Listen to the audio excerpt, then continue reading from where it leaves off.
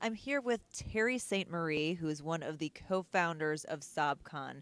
Terry, tell us a little bit about the philosophy of SobCon and why it fits so well with the spirit of giving that we just witnessed. The spirit of SobCon, Carol, plays really well into what Mark does. Mark helps people. And SobCon really, in its essence, is all about helping each other in that room, those 150 people in the room. Every year we do this, and it's phenomenal what happens.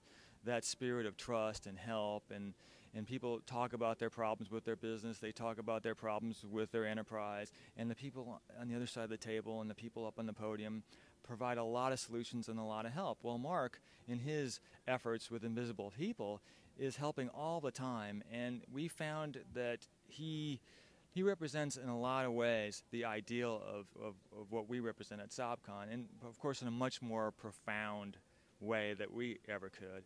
He literally drives around and he spends time with homeless people and he puts them on TV and he highlights the issues with homeless people in this country.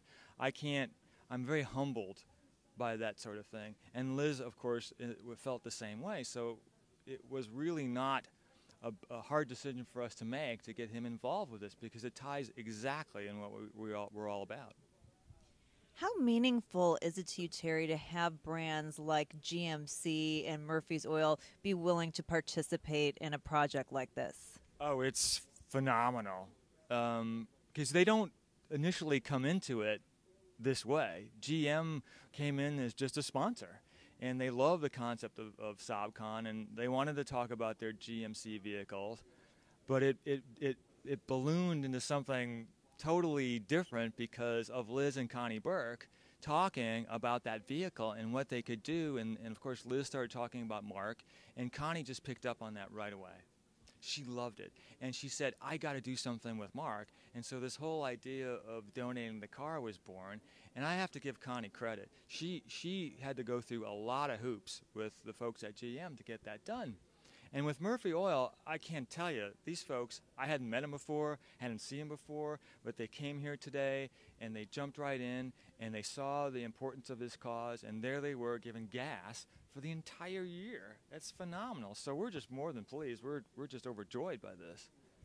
It really is amazing, and I'm loving the generous spirit of everybody. What do you think, or how do you think that social media has played into creating this opportunity? Well, it's all about awareness, Carol, isn't it?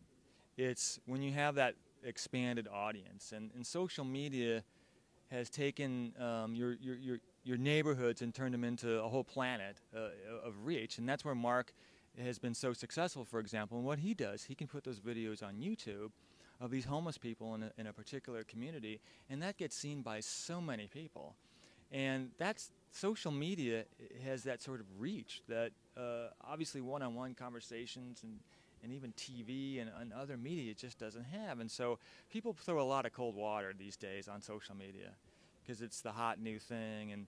And I'm not one of those people. I am a tremendous believer as a cause for change, as a cause for help, as a cause for compassion.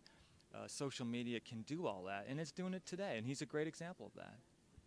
Great. Thank you, Terry. You're welcome.